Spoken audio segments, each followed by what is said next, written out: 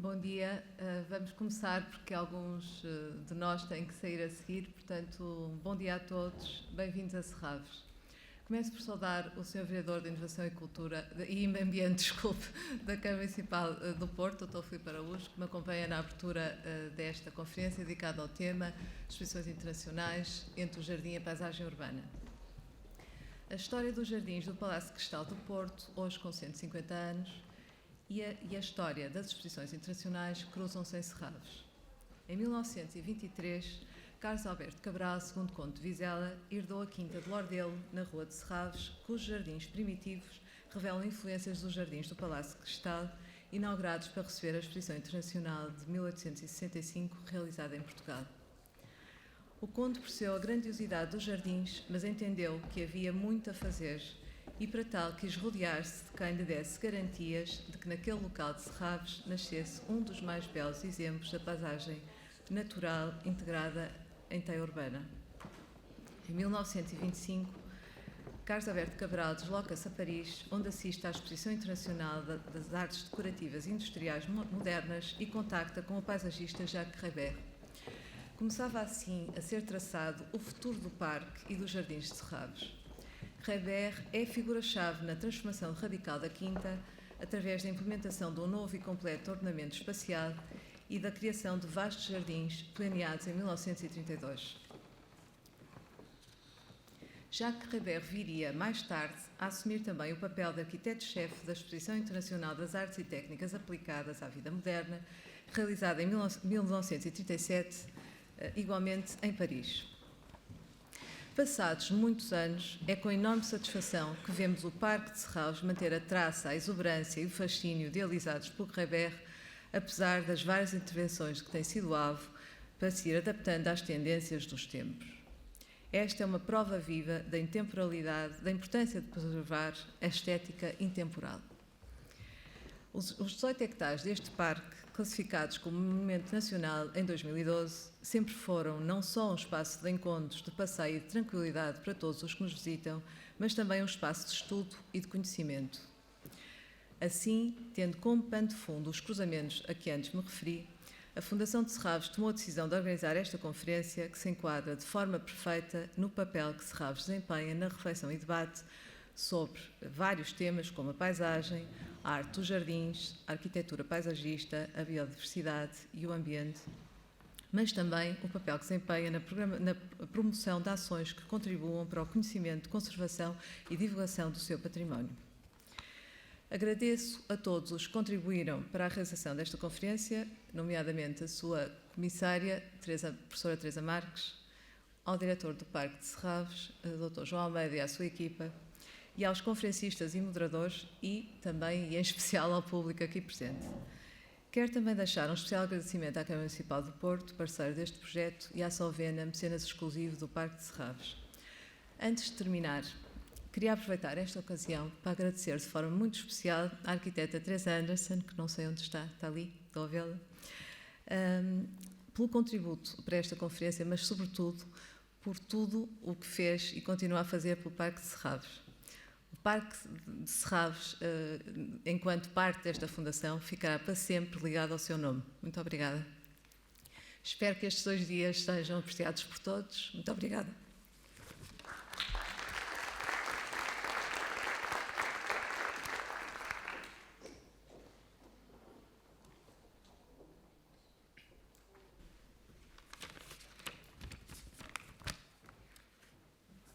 Excelentíssima Presidente do Conselho de Administração da Fundação de Serralves, doutora Ana Pinho, Excelentíssima Comissária da Conferência, professora Teresa Marques, caros conferencistas. Eu começava, antes de mais, por agradecer à Fundação de Serralves ter tomado a iniciativa de organizar esta conferência que, na data em que estamos, é muito importante para a cidade e, portanto, felicitar por essa organização.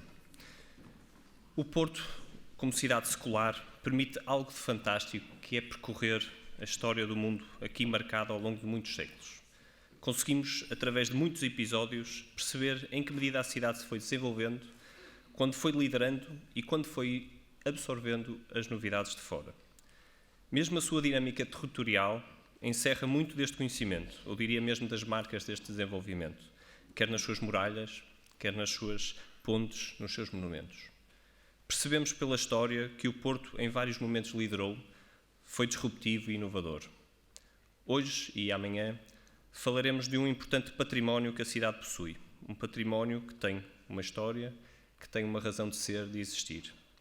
Os 150 anos do Palácio de Cristal e dos seus jardins, pela data simbólica, permitem-nos voltar a colocar na agenda este e outro dos nossos jardins, a que chamamos históricos, da nossa cidade. A data ajuda muito a reviver momentos em que o espaço público era o ponto de encontro por natureza. Voltar a salientar que no Porto estes espaços permanecem e em larga medida podem e devem ser melhor explorados, recuperando a sua função de espaço de encontro, de lazer e de contemplação. Hoje falamos muito de espaços verdes, da sua função que as árvores têm na cidade, de como é benéfico para a nossa qualidade de vida. Pois é curioso quando são precisamente as árvores mais antigas as que integram os nossos jardins históricos, aquelas que mais contribuem para essa qualidade. Ambicionar uma cidade com qualidade hoje, no que diz respeito a este aspecto, implica termos tido no passado grandes pensadores, arquitetos, sonhadores, que construíram espaços como o de hoje, em que aqui estamos, como a Fundação de Serralves, ou outros que felizmente a cidade do Porto possui. Obviamente que conhecer melhor e refletir sobre o tempo em que estes espaços surgiram, o seu contexto de cidade, mas também o seu contexto internacional, é de enorme importância para melhor compreendermos que espaços são estes e como podemos hoje, no século XXI, absorver todo o seu encanto, criando condições para que se mantenham espaços abertos e usufruídos. O município do Porto, a Câmara Municipal de Porto, tem vindo a fazer intervenções nos jardins históricos, recuperando alguns dos seus problemas e pretende continuar este plano com o objetivo de que passem de novo a serem espaços de qualidade para que todos possamos usufruir mais deles e assim garantir que se mantenham por muitos mais séculos. Desejo a todos uma ótima conferência, espero que tenham a oportunidade de visitar os belos jardins de Serralves ou mesmo do Palácio Cristal ou outros da nossa cidade e, portanto, desejo um ótimo trabalho. Muito obrigado.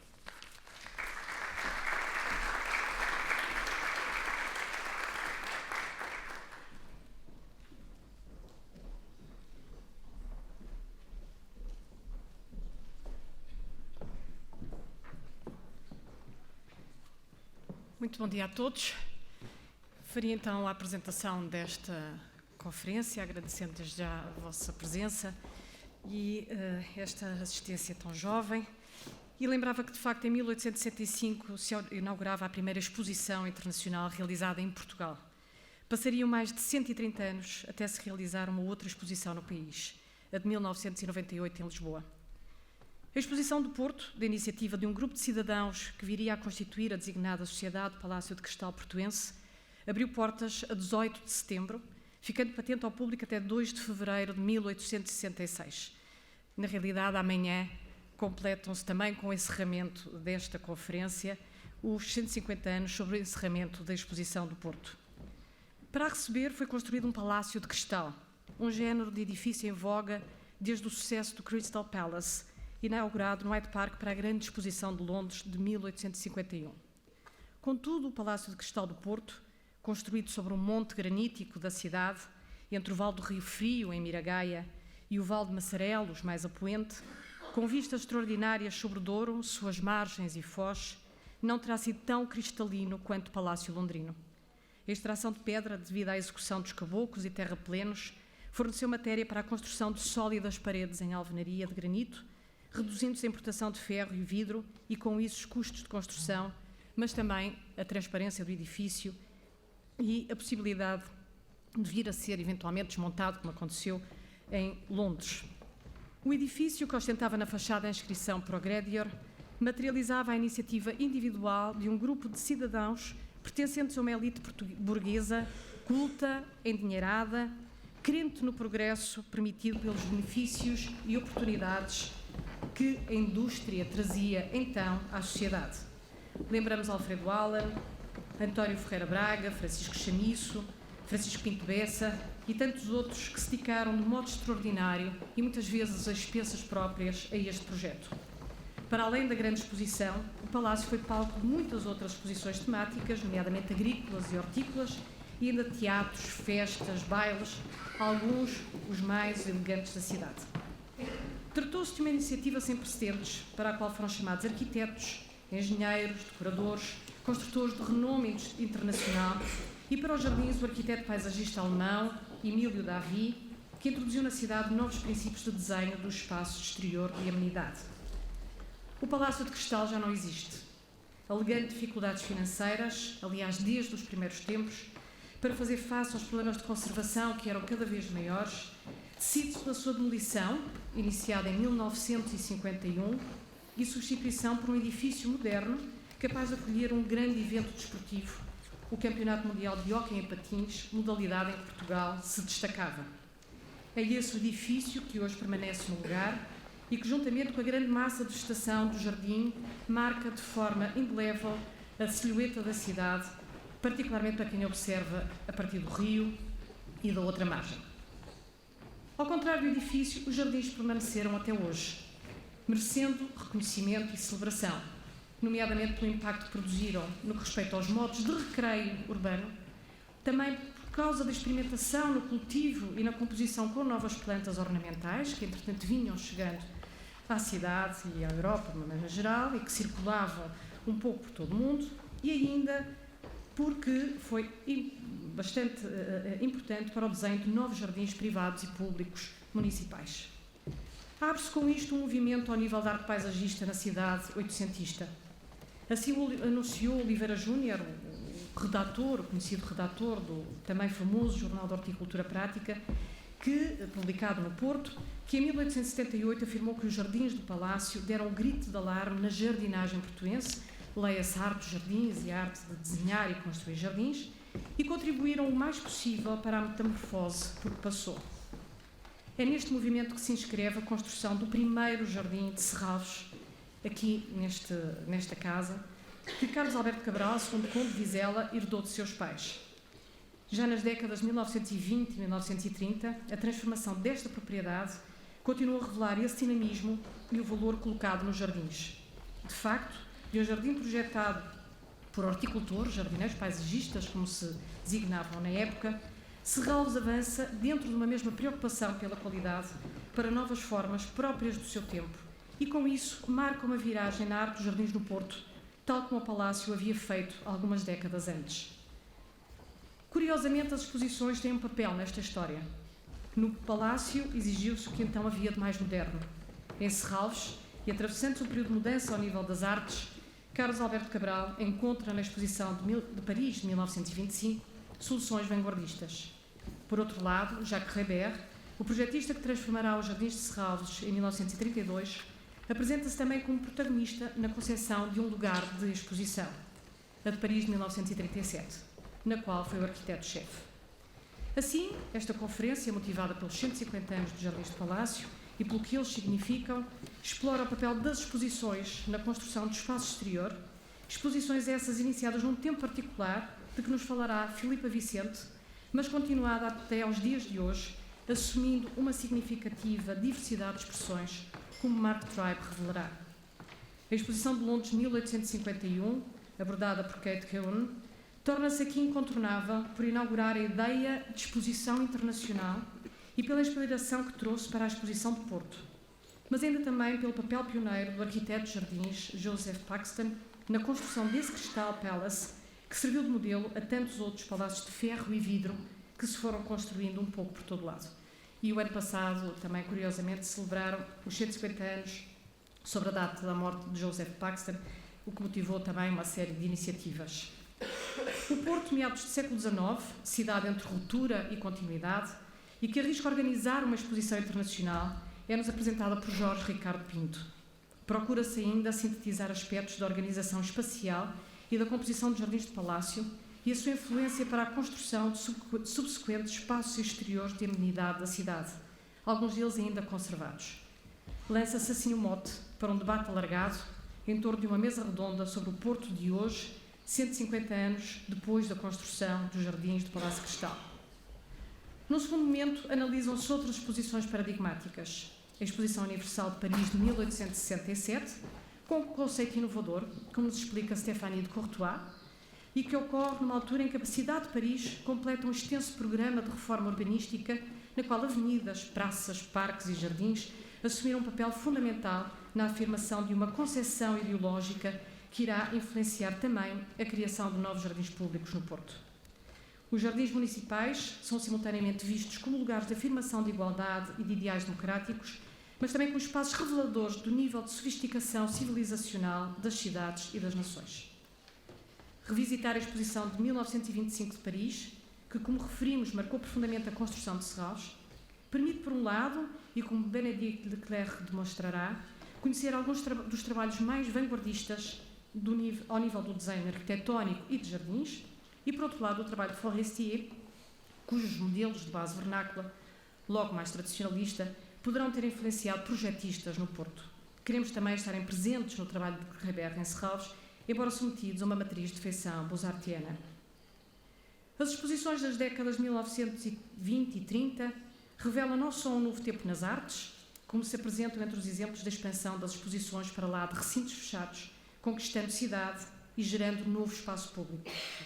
Daniel Ludovic Selp e Bernadette Blanchon exploram aspectos que convergem para uma melhor compreensão das variações conceptuais e formais que ocorrem ou que ocorreram neste período, que é também o da transformação de Serralves pelo segundo Conde de Vizela. A análise da Exposição de Paris de 1937 contribui para um maior entendimento da figura de Jacques Reber na continuidade de estudos anteriormente levados a cabo, em particular a conferência também aqui realizada em 2011, intitulada Jacques Reber, urbanista e arquiteto de jardins, comissariada por Teresa Hansen e Manuel Fernandes de Sá. Cumpre-me assim agradecer à Fundação de Serralves e à direção do Parque, muito em particular, ter acolhido e ter concretizado esta ideia de exposição e de conferência, e muito particularmente aos conferencistas que aceitaram debater estas questões e que construíram as suas comunicações, moldando-as a esta narrativa comum, assim como aos moderadores e participantes na mesa redonda que irão partilhar as suas ideias sobre um Porto de hoje. Espero, por isso, vivamente que apreciem esta conferência.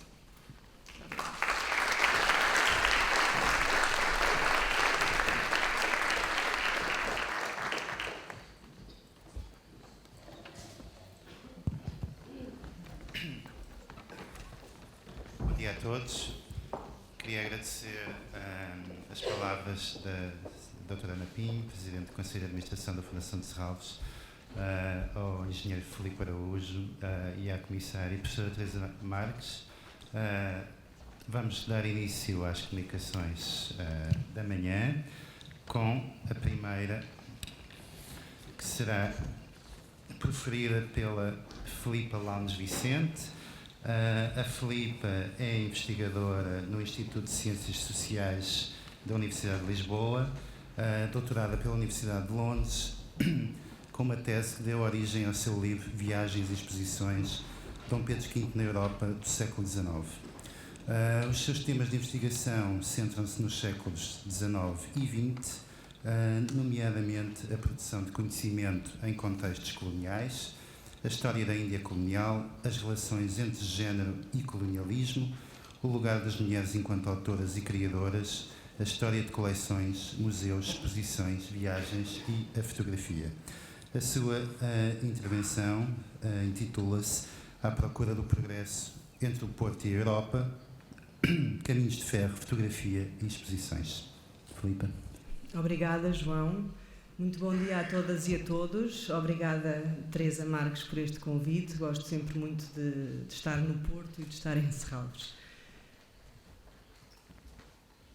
Vou dividir a minha apresentação em 4 partes, mas no fundo estas ideias vão se cruzar sempre, portanto eu gostava de as enumerar aqui. Esta ideia da fotografia enquanto uma forma de enquadrar, de parar o tempo e o espaço, as exposições também entre uma forma de parar o tempo e o espaço, expondo de uma forma temporária, e, por outro lado, os caminhos de ferro e a indústria como uma forma de acelerar o tempo e o espaço. E o que me vai interessar, sobretudo nesta apresentação, é sublinhar os cruzamentos permanentes entre estes 3 objetos do século XIX: a fotografia, as exposições e os caminhos de ferro. Curiosamente têm, e não por acaso, têm uma história contemporânea. Nasceram os três mais ou menos ao mesmo tempo, cruzam-se de muitas formas e beneficiam-se de muitas formas. Começo com uma caricatura. Como sabem, no século XIX havia muitas utopias, muitas ideias daquilo que ia ser o futuro. E a ideia de viagem, como veremos, também estará sempre presente na ideia de exposições, fotografia e caminhos de ferro. E aqui é um postal de cerca de 1900, era como o mundo era pensado no ano 2000, e esta ideia da velocidade e dos transportes está sempre presente.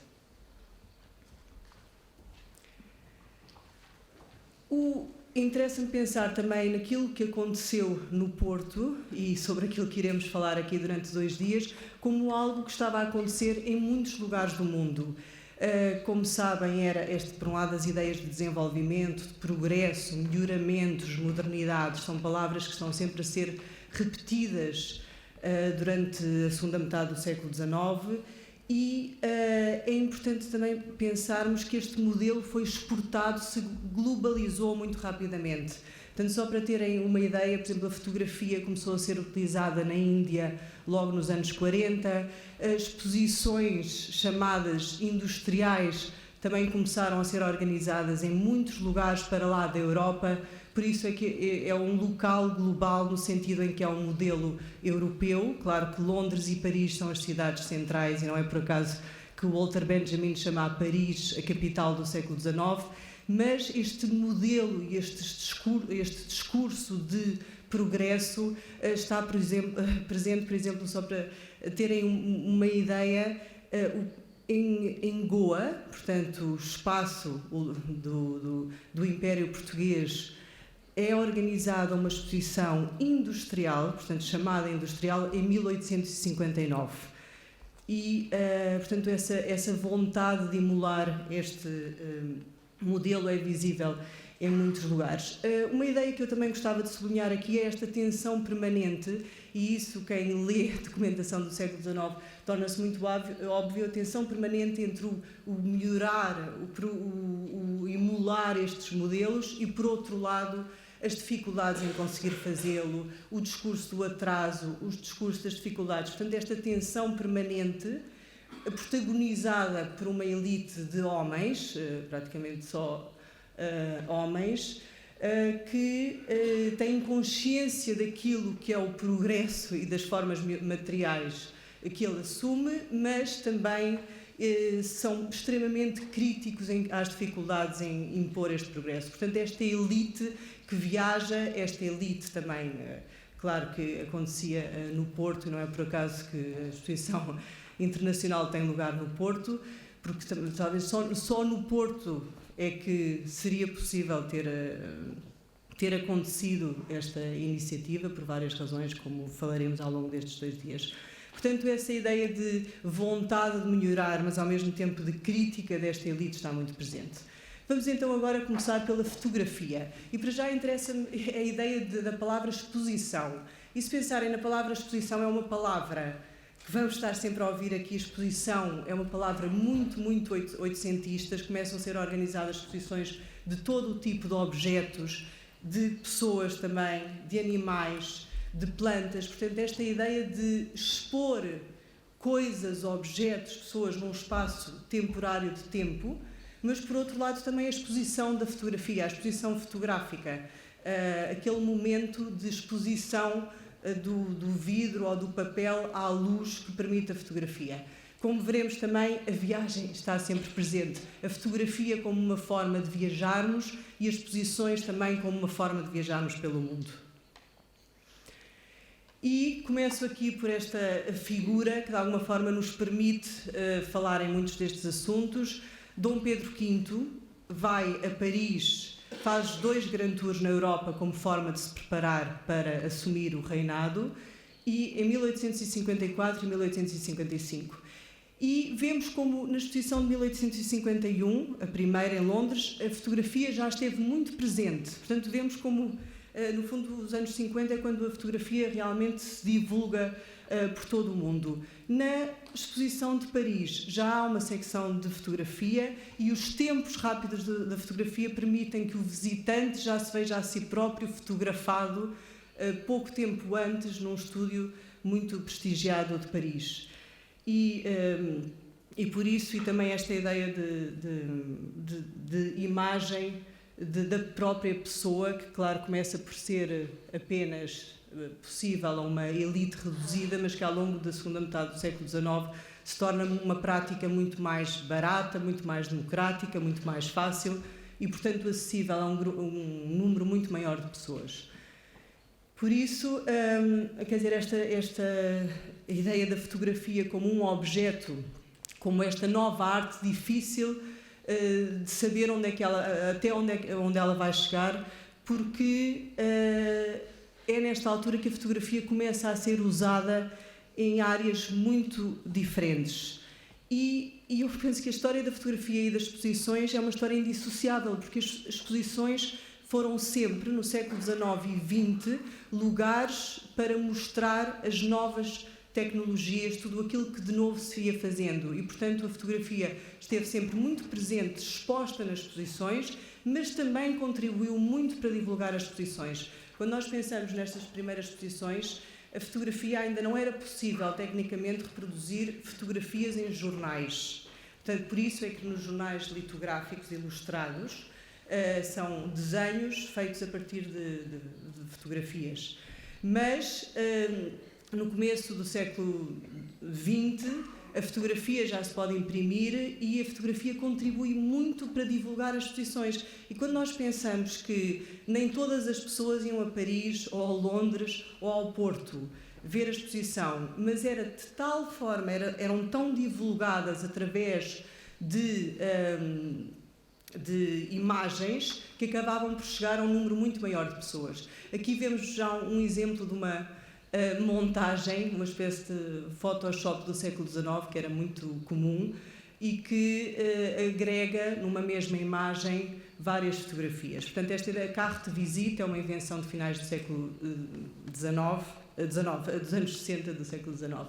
E, portanto, vemos como a fotografia começa a estar presente de muitas formas e, sobretudo, a partir dos anos 1880, passa a ser um objeto cada vez mais fácil e, portanto, não só para os profissionais ou para aqueles amadores com condições económicas para ter acesso a todos estes aparelhos, mas acessível a um número muito maior de pessoas.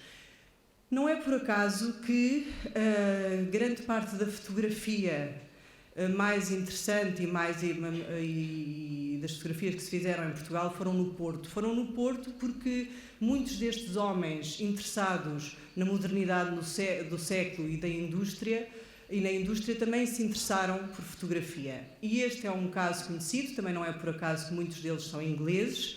Inglaterra foi um lugar especialmente rico em termos como um laboratório de prática fotográfica e, portanto, há muitos estrangeiros, que muitos deles são amadores, portanto, como ele, o Forrester, não é um fotógrafo profissional e, portanto, para ele a fotografia está sempre associada à sua prática de agrónomo, à sua prática também de participante em exposições universais e, portanto, ele, por um lado, fotografa o Porto, mas por outro lado, participa na exposição de Paris de 1855. As fotografias do Porto e do Douro que ele enviou para a exposição perderam-se e ele lamenta, ele escreve, publica este catálogo daquilo que expôs na exposição de Paris, portanto, os seus vinhos, mas depois também publica um pequeno folheto aos amigos em que lamenta que as fotografias se perderam e nunca tenham chegado. Mas ele, neste folheto, cola uma fotografia, portanto ainda não era possível imprimir a fotografia no papel, mas ele faz uma fotografia dos seus objetos expostos e cola no seu catálogo. E para ele, quer dizer, a fotografia também era uma forma de melhor conhecer a terra, de melhor conhecer a paisagem, de melhor conhecer o território. Outro exemplo de um inglês que fotografou o Douro, que fotografou o Porto, os seus arredores e, em geral, todo o norte, Frederick Flower, também um pioneiro da fotografia e também um exemplo destes amadores que experimentavam a modernidade do século de muitas formas. Um outro estrangeiro, francês, também, e vemos como muitas vezes estes homens colaboravam com os jornais, e quando a fotografia começa a ser impressa em jornais, eles participam nessa democratização da fotografia. Portanto, vemos muitos exemplos como a carte visite, um exemplo, uma vista do Carlos Relvas, portanto, também um amador ribatejano, mas que fotografa muitos lugares em Portugal e também participa ativamente nas exposições universais. Portanto, é preciso ver que as exposições universais envolviam, e para termos a noção do importante que eram na segunda metade do século XIX, basta vermos os nomes das pessoas que estão envolvidas. E não é por acaso que escritores, políticos, quer dizer, alguns dos homens mais ilustres e reconhecidos em várias áreas estão envolvidos nas comissões organizadoras de cada país, estão envolvidos nos júris, estão envolvidos na escrita dos relatórios e dos catálogos e também há um grande envolvimento de muitas pessoas enquanto expositores. E aqui, curiosamente, já encontramos muitas mulheres. Há muitas mulheres portuguesas a expor nas exposições internacionais. E o Carlos Relvas também expunha com a sua filha Margarida Relvas. O Bill, iremos ver como o Bill também se acaba por... é um fotógrafo com muitas... que usa a fotografia em livros que se publicam e, portanto, também chegam a um número muito maior de pessoas. Portanto, vemos como ele compra uma casa fotográfica e trabalha no Porto também durante bastante tempo, e iremos ver como ele também irá fotografar os caminhos de ferro. E, portanto, vemos como aquilo que eu disse em relação às exposições terem uma visibilidade que vai muito para lá da própria experiência de visitar uma exposição. Portanto, mesmo as pessoas que não viajavam ao lugar acabavam por ter acesso a muitas imagens da exposição, mesmo aquelas pessoas que não sabiam ler tinham acesso a jornais ilustrados, e depois, mais tarde, com a invenção do postal fotográfico, tinham acesso do postal, esta ideia do postal em que de um lado está uma imagem e do outro lado está a escrita, e claro, um objeto barato, fácil de transportar, e portanto as exposições são muito multiplicadas através dos postais. E aqui temos exemplos dos muitos jornais que eram publicados na altura. E vemos que como há uma persistência desta associação entre fotografia e exposições. O Alvão, que foi o fotógrafo, como sabem, o fotógrafo oficial da exposição de 34 no Porto. Também, curiosamente, a primeira exposição colonial, com a palavra colonial em Portugal, é no Porto, em 1894, a exposição insular e colonial. E depois a exposição colonial, segundo o modelo de Paris, da exposição colonial de 31, também no Porto, e também com o fotógrafo Alvão, e vemos como estes fotógrafos se dedicavam a muitas, a sua profissão assumia muitas vertentes, fotografia de privada, de estúdio, de famílias, de anónimos, e também fotografia oficial, como vemos aqui no caso da primeira exposição colonial portuguesa, num postal.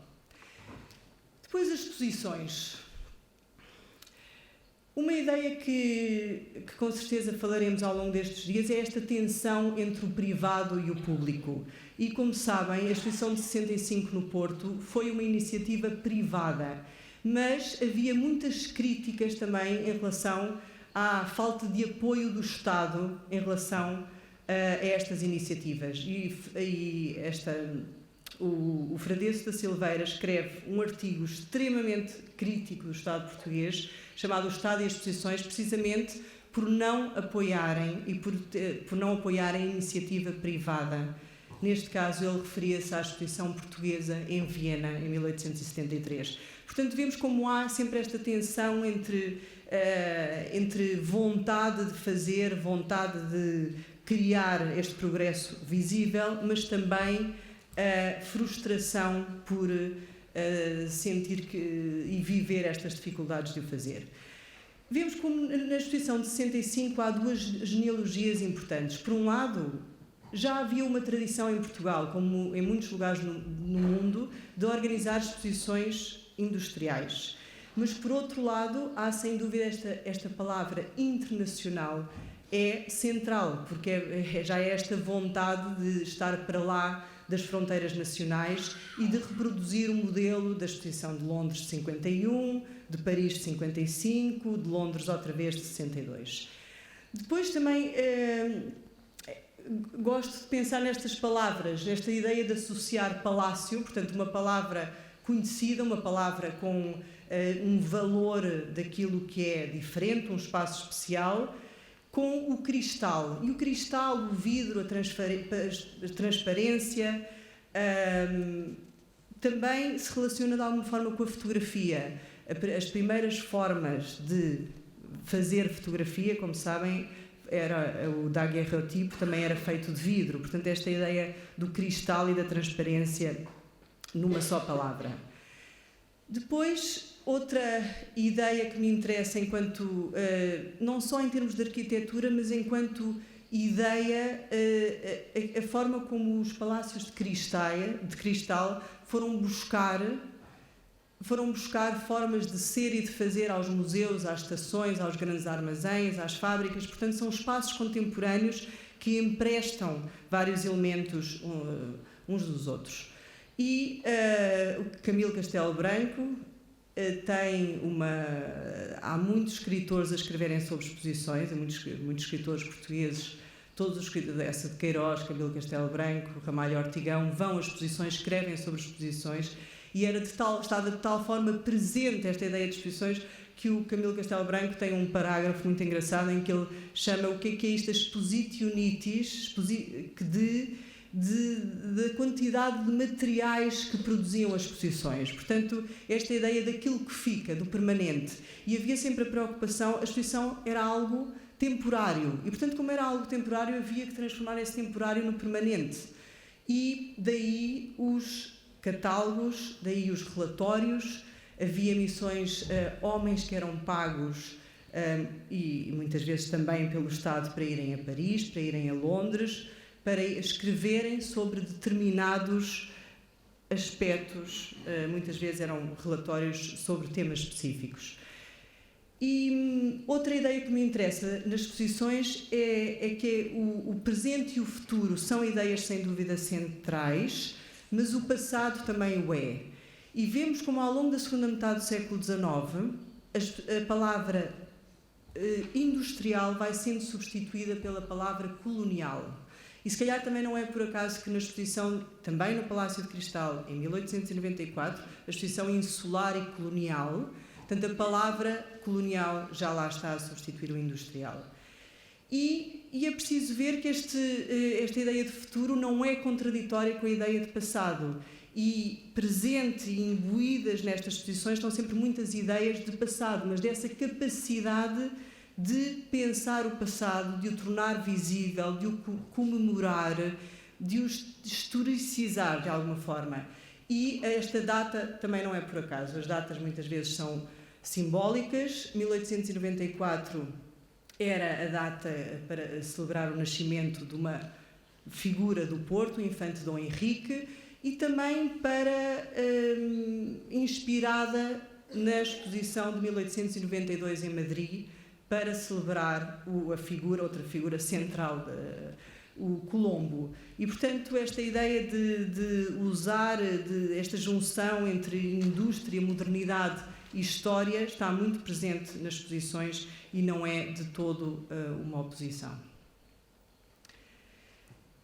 Aqui vemos também, mais uma vez, como o Dom Pedro V tem uma primeira experiência do Palácio de Cristal. O Palácio de Cristal, como sabem, em 51, estava numa zona de Londres, central. Quando foi desmantelada a exposição, portanto, mais uma vez esta ideia de temporário, o Palácio de Cristal é desfeito e refeito a sul de Londres, portanto, uma zona que era nos arredores de Londres. E o Dom Pedro V e o Dom Luís, jovens a viajar e a serem recebidos pelos seus tios, pela Rainha Vitória e o Príncipe Alberto, estão nessa cerimónia de inauguração do Palácio de Cristal na sua versão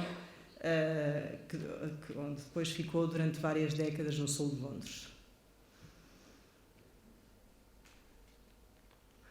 Aqui um pormenor daquela fotografia e sempre, quer dizer, o Dom Pedro V de alguma forma ilustra esta ideia de conhecer aquilo que se fazia e depois ao mesmo tempo esta crítica e esta frustração de não poder reproduzir aquilo que se via lá fora. Portanto, esta tensão está muito presente nas elites portuguesas deste período. E esta crítica, quer dizer, esta consciência do atraso, esta consciência do atraso simultânea e que partilha o espaço com uma vontade de ultrapassar o atraso. E como veremos depois, é o Dom Pedro V que coloca a primeira pedra da construção do Palácio de Cristal, é ele que em criança está presente na cerimónia da primeira pedra, ou da primeira caminho de ferro, também na inauguração dos caminhos de ferro, e depois estará também envolvido nessa tentativa de criação de caminhos de ferro e de exposições em Portugal. Aqui vemos como já o Palácio de Cristal, mas outras pessoas falarão sobre isso e, portanto, eu vou passar. Aqui vemos o catálogo, mas as colónias já lá estão. Em 1855 já estão publicações em francês, Portugal e as suas colónias, e, mais uma vez, ver esta tensão entre o industrial e o agrícola. Portanto, isto é muito, muito repetido em portugueses que vão ver a representação portuguesa no estrangeiro e que, no fundo, estes espaços que tanto falavam em igualdade, em democracia, no sentido, não em democracia, mas no sentido de chegar a todos, de uma partilha do saber internacional, mas o que estes espaços também mostravam eram as profundas desigualdades que existiam em diferentes espaços do mundo. E aqui eu poderia resumir em dois tipos de desigualdade. Por um lado, as desigualdades coloniais, portanto, as desigualdades entre aqueles que podiam colonizar e aqueles que eram colonizados e que eram expostos pelos que colonizavam. E, por outro lado, outras desigualdades mais subtis, que são aquelas do espaço europeu. Portanto, as muitas desigualdades no espaço europeu entre um norte e um sul. E esta ideia é repetida e como eu já disse, é muito... e as elites portuguesas têm muita consciência desta frustração em exporem, sobretudo, serem os vinhos, muitas vezes acabavam por ser os produtos portugueses com mais prémios e mais prestígio.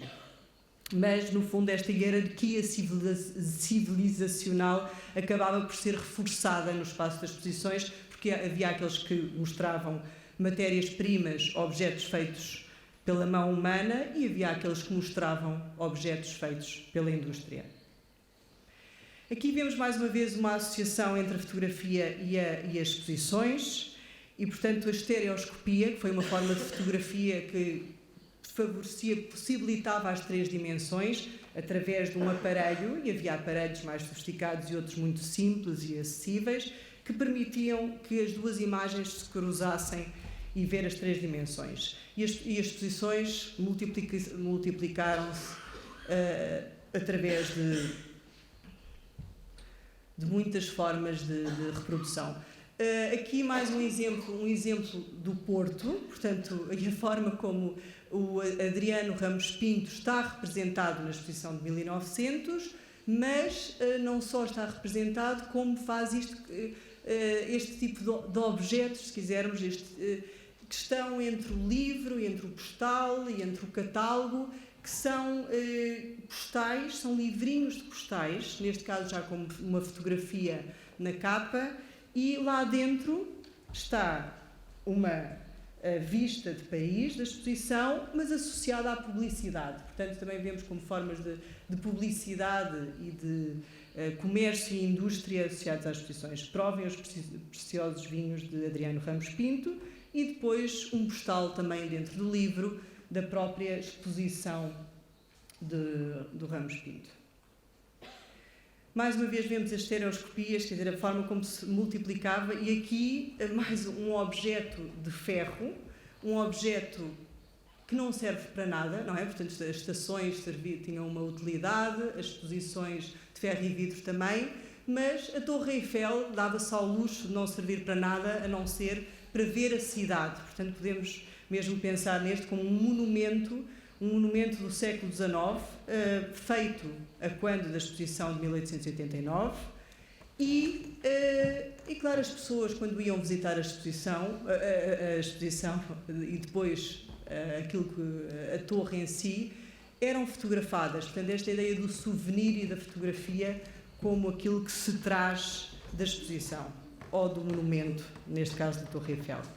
Aqui vemos como isto era o passo para entrar na exposição. Portanto, este é o Sr. Ernesto da Silva e, para ter acesso, os expositores tinham que entrar e sair e, portanto, este homem, claramente, tanto vai à exposição de Paris de 1878, como vai à exposição portuguesa, peço desculpa que não se está a ver ali, de 1888. Há uma grande exposição industrial também em Lisboa, em 88.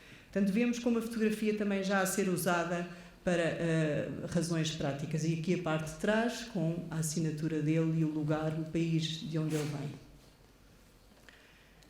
vem. Aqui, uma imagem que vamos ver várias vezes, e até já vimos, porque eu penso que é a mesma do programa, e, mais uma vez, vemos como vimos anteriormente estereoscopias do Palácio de Cristal de Londres, e agora uma estereoscopia quase igual, mas feita por Aurélio da Paz dos Reis, do Palácio de Cristal do Porto. E aqui mais um exemplo de como, quando o postal fotográfico ou ilustrado se torna acessível e se divulga, também se torna uma forma de divulgar as exposições. Agora, esta ideia dos caminhos de ferro e da indústria como uma forma de acelerar o espaço e o tempo. E aqui interessa-me também centrar-me em algumas ideias.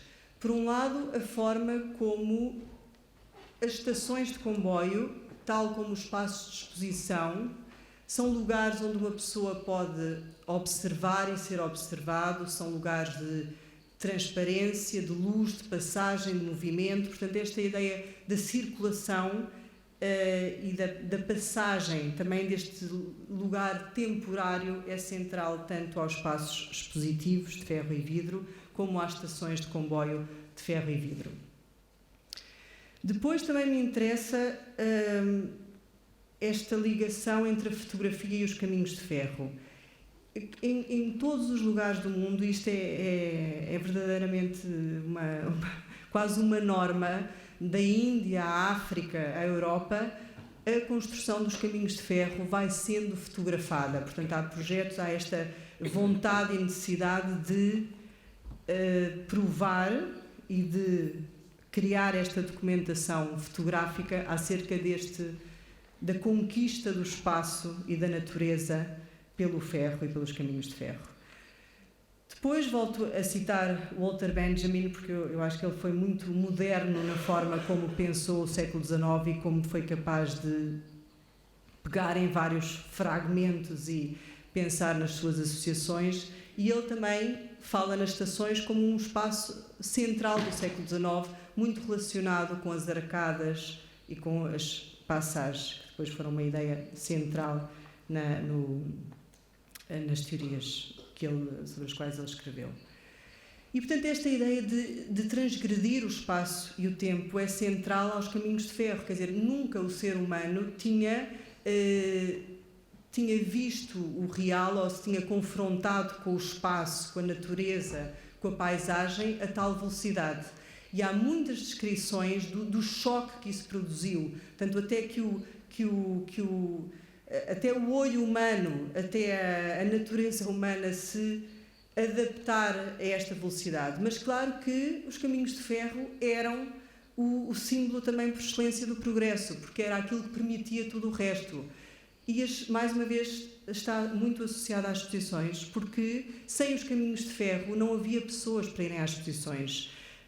E não é por acaso que há uma coincidência também temporal entre o turismo organizado, as excursões, os Cook Tours. O Thomas Cook começa a organizar excursões turísticas pela primeira vez, primeiro para ir à exposição de 51 em Londres, portanto, pessoas que vinham de outras regiões de Inglaterra, e depois a primeira excursão organizada foi para ir à exposição de Paris em 55. Portanto, esta ideia de que só com caminhos de ferro é que grandes quantidades, milhões, porque nesta altura estamos mesmo a falar de milhões de pessoas que constituíam os visitantes das exposições. E, mais uma vez, vemos como o Dom Pedro V está presente na inauguração. Aqui não há fotografias conhecidas da inauguração dos caminhos de ferro, mas, portanto, em 1856, quase 10 anos antes da exposição, mas a ligação ao Porto, Lisboa-Porto, foi muito mais tardia, tal como a ligação à Europa, e a nossa Europa era a Espanha. Portanto, no fundo, o barco e o mar continuavam a ser os meios principais de transporte. Mas, e mais uma vez, esta frase também para ver as tensões que tudo isto significava. Enquanto não tivermos ao menos um caminho de ferro que nos una com o mundo civilizado, enquanto tivermos bestas que escrevam que um caminho de ferro que nos una com a Espanha ameaça a nossa independência, porque esta também era uma grande questão, a forma como ao facilitar o movimento de pessoas também punha em risco a estabilidade das fronteiras. E também outro argumento daqueles que eram contra os caminhos de ferro. Portanto, é preciso ver que cada uma destas iniciativas tinha um passado de discussões, de conflitos. Portanto, antes de inaugurar a exposição no Porto de 55, há muitos anos de preparação, há muitos anos também de conflitualidade e de problemas e de dificuldades. E o mesmo em relação ao caminho de ferro. E aqui vos mostro uma fotografia, mais uma vez, do Domingos Alvão, da forma como também os caminhos de ferro perturbavam e transformavam as cidades, porque os lugares por onde passavam depois também iam determinar a forma como esse lugar ia crescer, e também o facto dos caminhos de ferro não passarem por determinados lugares depois também marcava muito a história desses lugares. Portanto, as discussões acerca dos caminhos e dos trajetos também eram centrais neste período, até onde devia ir. E aqui também gostava de referir esta ideia da indústria e aquilo que se mostra através da fotografia, porque quer nas exposições, quer nas fotografias deste período, nós podemos dizer que temos aquilo que os fotógrafos e aquilo que é exposto é uma visão não problemática, se quisermos, é uma visão muitas vezes idílica daquilo que significava este progresso. E depois aquilo que não está presente são, claro, as condições dos trabalhadores, o trabalho, a fotografia deste período ainda não está interessada tão focada em mostrar as condições de trabalho, mas isso mais tarde também acontecerá. E depois já há exposições universais também interessadas em melhorar as condições dos trabalhadores, tal como haverá fotografia já com um sentido social de mostrar aquilo que não se via, não é? O que estava por detrás dessa indústria e do objeto acabado. E quando estava a preparar este texto, encontrei precisamente a propósito da exposição de 65, porque depois há sempre o antes, há o durante da exposição e há o depois. E encontrei um livro muito curioso em que uma comissão, também que estava relacionada com a exposição, recebe vários industriais do Porto para que eles apresentem os seus problemas e a forma como funcionava o trabalho na fábrica. E, por exemplo, estou a lembrar-me de um que tinha uma fábrica de tecidos e ele dizia, trabalhavam homens, mulheres, portanto há muitíssimas mulheres a trabalhar nesta altura, crianças também, portanto, e têm sido feitos muitos estudos sobre isso, quer dizer, em Inglaterra isto também acontecia em todos os lugares onde havia indústria, e a diversidade de salários, as diferenças de salários eram enormes, portanto as mulheres ganhavam muito menos de metade do que os homens e as crianças ainda menos do que as mulheres, portanto havia uma hierarquia que também favorecia que fossem empregos homens e mulheres, portanto este lado depois também estará cada vez mais presente mesmo nas posições industriais e internacionais, que é a forma de melhorar e o outro lado e aquilo que não se vê. E aqui acabo com uma fotografia estereoscópica da estação de comboios de Cannon Street de Londres. Portanto, o ferro, a estação já não existe, muitos destes edifícios foram destruídos, substituídos, e aqui de alguma forma temos o caminho de ferro, temos a ponte, e as pontes dos caminhos de ferro eram muito fotografadas. Portanto, há uma fotografia do Bill dos caminhos de ferro do norte que é, por exemplo, igual a uma fotografia dos caminhos de ferro em Goa nos anos 90, 1890. Portanto, há uma tipologia já nesta altura de aquilo que deve ser fotografado e como deve ser fotografado. E a estereoscopia como uma forma também lúdica das pessoas poderem ver aquilo que não conheciam e também de poderem viajar por lugares aos quais não podiam ir. Muito obrigada.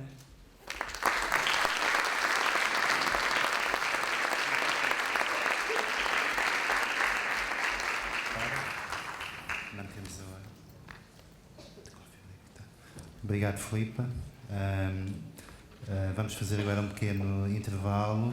Estamos um bocadinho adiantados na hora, por isso encontramos-nos por volta das 11h10, 20 minutos de intervalo. Tá? Obrigado, até já.